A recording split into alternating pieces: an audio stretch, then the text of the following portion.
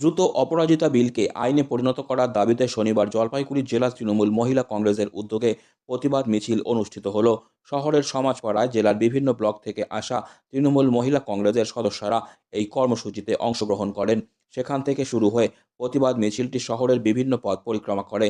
মিছিলে অংশ নিয়ে জেলা তৃণমূল মহিলা কংগ্রেস কমিটির সভানেত্রী নূরজাহান বেগম বলেন, মুখ্যমন্ত্রী মমতা বন্দ্যোপাধ্যায় নারীদের নিরাপত্তা সুনিশ্চিত করতে অপরাজিতা বিল বিধানসভায় পেশ করেছিলেন। বিলটি পাশ হলেও রাষ্ট্রপতির স্বাক্ষর না হওয়ায় এখনও তা আইনে পরিণত হয়নি। দ্রুত রাষ্ট্রপতির স্বাক্ষর দাবি করছি। মিছিলে উপস্থিত ছিলেন জলপাইগুড়ি পৌরসভার পুরমাতা পাপিয়া পাল, জেলা পরিষদের সভাধিপতি কৃষ্ণা রায় বর্মন, তৃণমূল নেত্রী লক্ষ্মী বাগচি সহ জেলা তৃণমূল মহিলা কংগ্রেসের অন্যান্য সদস্যরা।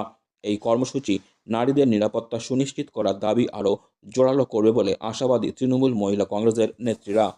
তৃণমূল মহিলা কংগ্রেসের সভানেত্রী মাননীয় চন্দ্রিমা ভট্টাচার্যের নির্দেশে আজকে জলপাইগুড়ি জেলা মহিলা তৃণমূল কংগ্রেসের উদ্যোগে আজকে আমাদের জলপাইগুড়ি শহর ব্লকে সমস্ত ব্লক থেকে ব্লক প্রেসিডেন্টরা এবং তাদের নেতৃত্বে আমার বুথের কর্মীরা আজকের এই রাজপথে আমরা প্রতিবাদ মিছিলে সামিল হয়েছি।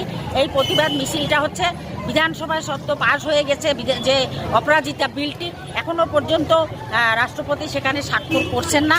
আমরা চাই যে অতি সত্বর মহিলাদের নিরাপত্তা, শিশুদের নিরাপত্তার জন্য যাতে এই অপরাজিতা বিলটি দ্রুততার সঙ্গে স্বাক্ষর করে দেন, যাতে মহিলারা সুরক্ষিত থাকে।